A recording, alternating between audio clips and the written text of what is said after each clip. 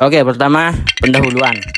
Produktivitas merupakan faktor utama yang mempengaruhi tingkat upah tenaga kerja. Semakin tinggi produktivitasnya, semakin besar kontribusi pekerja terhadap output perusahaan dan kompensasi yang diterimanya.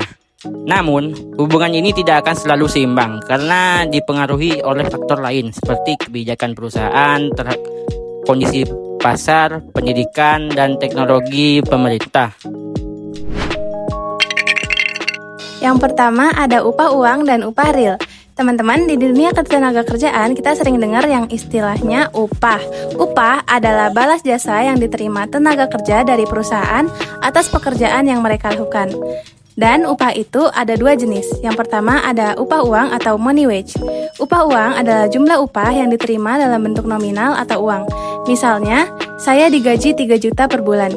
Di sini kita hanya melihat angka tanpa memperhatikan nilai atau daya belinya. Yang kedua, ada upah real atau real wage. Upah real adalah daya beli dari upah yang diterima, yaitu seberapa banyak barang atau jasa yang bisa dibeli dari upah tersebut. Contohnya, walau gajinya 3 juta, tapi kalau harga kebutuhan naik terus, barang yang bisa dibeli jadi lebih sedikit. Artinya, upah uang lebih besar, Artinya, upah uang besar belum tentu upah realnya besar. Oke, terima kasih. Next. Di sini saya akan menjelaskan tentang sumber-sumber kenaikan upah, yaitu bisa karena satu, produktivitas kerja meningkat. Jika suatu karyawan dia sudah bekerja dengan giat dan lebih efektif, maka perusahaan bisa menaikkan upahnya sebagai stimulus karena dia sudah berkontribusi kepada perusahaan yang sangat besar. Yang kedua ada permintaan terhadap tenaga kerja bertambah.